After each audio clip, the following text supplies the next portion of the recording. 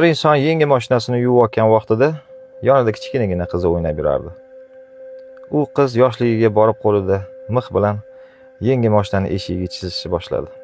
Bu holatni ko'rgan adasini jahli chiqib, jahl ustida qizni qo'liga karcher bilan urdi. Qiz baqirdi, yig'ladi. Oradan sal o'tib qizni qo'li shishishni boshladi. Xavotirlangan ota-onasi doktorga borishdi.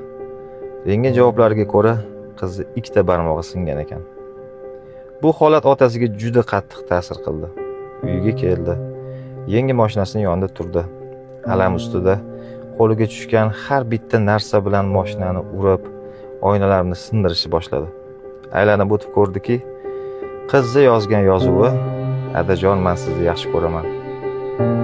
Bu bilan nima demoqchimiz? Bitta yaxshi kinoda ko'rgandim.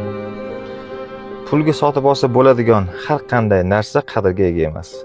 Bu bilan aynan sizni hayotingizni yengillashtirishga sabab bo'lgan buyumlarga buyumdek qarang. Odamlarni yaxshi ko'ring.